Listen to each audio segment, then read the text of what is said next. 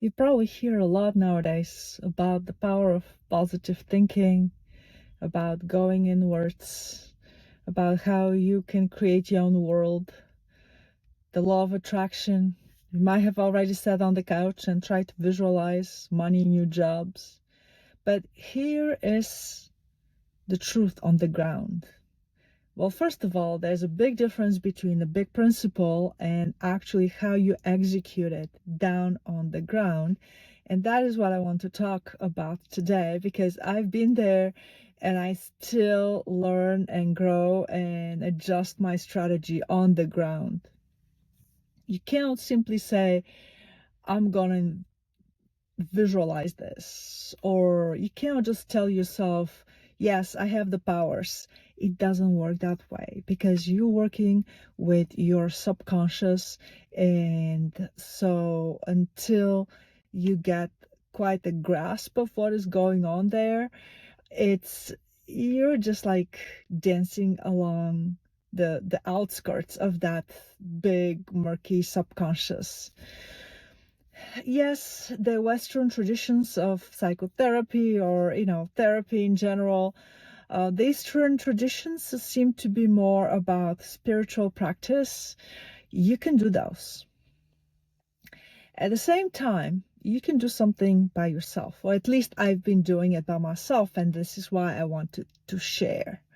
So the first thing, and this is a theme that has come up already in previous videos, the first thing is you have to work, whatever I'm going to tell you today, you have to work actually when you're calm, when you're at home, when you're not pressured, not when you're pressured, because then the stress comes in and you just forget. So you have to practice things until it becomes muscle memory.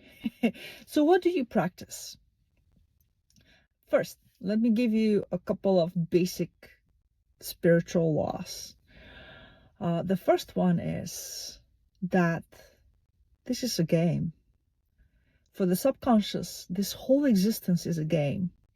And even though we are here on this planet, 8 billion of us, there is not one single objective game. There are 8 billion different games for each one of us. And so you'll say, well, yeah, but I have my family and my friends and we all seeing the same game. That is not true. That is not true. So here's how the game plays out. There are people who have a game that is very, very similar to yours.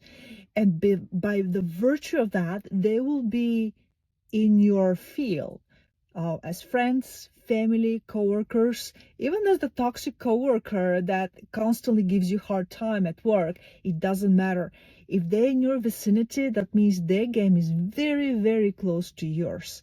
And the overlap is so huge that you see that overlap and you kind of validate each other and say, oh, I see it and I see it too.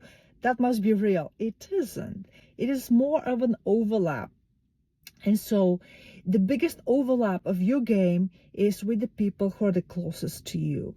It doesn't have to be, ideally will be those with whom you have a loving relationship, but a lot of times it could be with someone that you have an adversarial relationship too. It doesn't matter what the nuance, the emotion, because that is how the subconscious plays.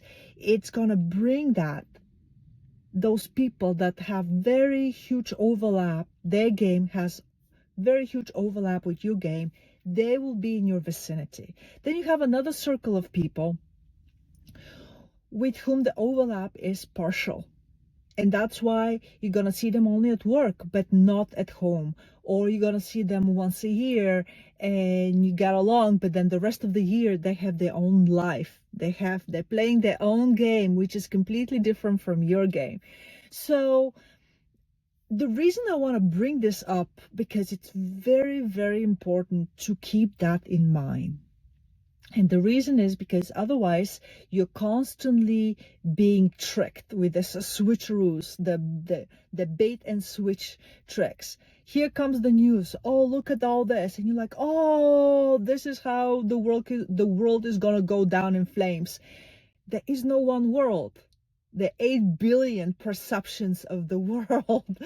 And so this is where the first and the most subtle leak of your power, of your control goes. You hand it over to an external agent. There's one world I can't do. I mean, I can change some things, but can I really?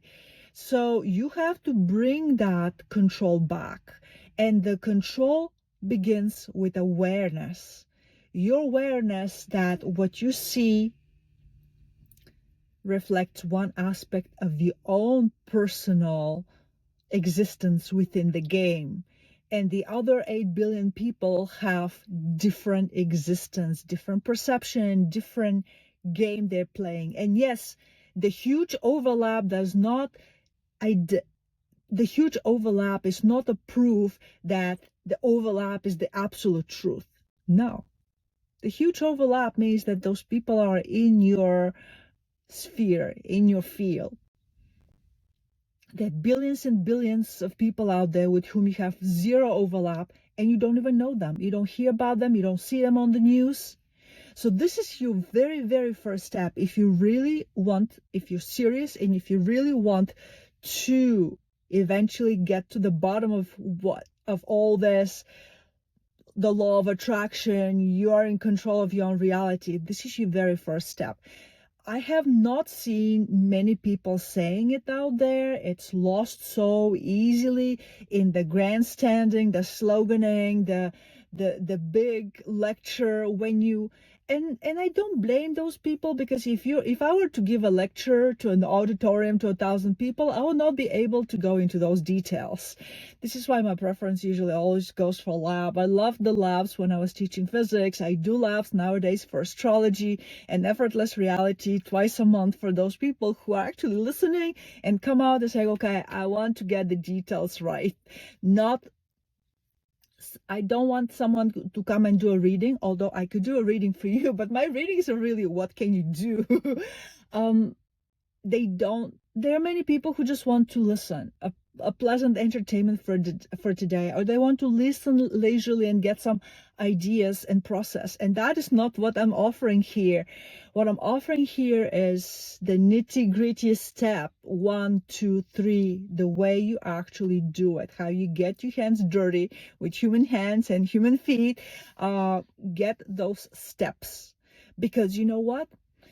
We see the world right now falling apart around us, and it will. And after it does, the question will be, what do we build out of the ashes of the world? And this is when you're gonna step in and show others through your own example how you build the new world. All right, back to the steps. So once you hold, you have to remember every day, write it on a little piece of paper, and every day remind yourself that there are no one game for the entire planet, that there are 8 billion separate simulations, if you want to call them, scripts, levels of existences for each one of us. And when you agree with someone or we see someone, it is the overlap. You're overlapping with them.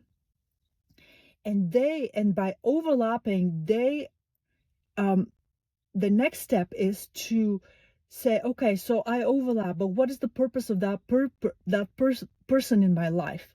Because of that overlap, they have a way to actually show up in your life, in your own personal script or your own personal version of the game. And even when they show up, you have to always remember that they're showing up always within the context of your own game. It's very important for that to sink in and see and understand, because this is where the key to your freedom, power, the power to change your reality lies. Because next time when someone mistreats you, you don't say, oh, that's so unfair, oh, I'm a victim. You're gonna pause and say, okay, what is this happening? What is this person reflecting in my own game right now? It might not seem too big of a difference in the question. Normally you would say, oh, what does this person want? Why am I seeing this? But you're shifting and you're retraining your focus. You focus now and you're retraining your consciousness and subconscious as well, saying, what is this person representing in my life? And here I'm going to give you a second rule, spiritual rule. The world outside is actually a reflection of inner dynamics. There's something going on inside of our conscious, subconscious, in our mindscape, and we have managed, our subconscious or the powers to be have managed to project the world, the physical world around us. This is when people say it's a simulation. This is why Buddha says it's not real. The same way, of course, in miracles, and probably Jesus, if we actually have get a hold of his real teachings and not the ones that were all manipulated and twisted beyond recognition for 2,000 years in the West. They were all saying the same thing. It's not real. And the reason why they're saying it's not real is because it is a projection and reflection of something in. Now, for as long as you don't understand that, that thing outside has the power to hurt you because you have handed it the power. And so when you hurt yourself, you're not, or when a decision that you make eventually leads to hurt, you're saying, oh, the world hurts. And so this is the step. The second step is to actually pause after you have played for a while with this idea of the overlap and of everybody having their individual game script. The next step is to say, all right, I see it in my script. Someone just hurt me. And then you can ask yourself, why? What exactly in my script did I set up? What is this reflection of it? And then pause. You don't need to pause for long, a minute, a moment. But you have to be completely indifferent to what you want to hear, because that is what it is. For as long as you secretly, subconsciously, or even consciously wish for an answer, a specific answer, or avoid another answer, or you're afraid that you might hear something, that is where the clouding happens and you're not going to hear it. But the moment you sit and you say, all right, what is this reflecting of something in my mindscape? You get the answers almost immediately. And again, I want to emphasize how much this I don't get my answers is because of the cloudiness. It's because you are fearful that you're going to hear something that you might not like, that you kind of really hope to get this answer. And so because of that, again, I'm going to keep it very practical today.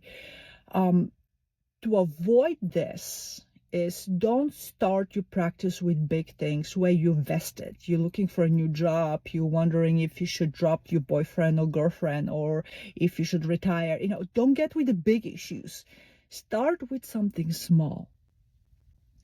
Someone cuts you on the freeway. Let's say you're driving and someone cuts in front of you. Instead of getting upset, pause and you ask yourself, what is this reflecting that is inside my mind? And here, most likely, you don't really have a preference for the answer. You don't have a preference, oh, because of this, oh, because of that, oh, I'm afraid I'm going to hear something. And because it's such a minor thing, minor irritant from our daily life, I'm willing to bet that you're going to hear an answer. And just pause, and if you're driving, obviously don't do it right away. Just wait, pull over, go home, pause. You don't want to get yourself into a dangerous situation. So by all means, don't do it while you're driving. But when you come home, pause and say, okay, tell me universe, tell me guides, tell me higher self. What's this reflecting? If the world is truly a reflection of what is inside me, what is this reflecting? Just do it. There's nothing for you to lose there, and you have a whole world to win. Try it and let me know how it goes.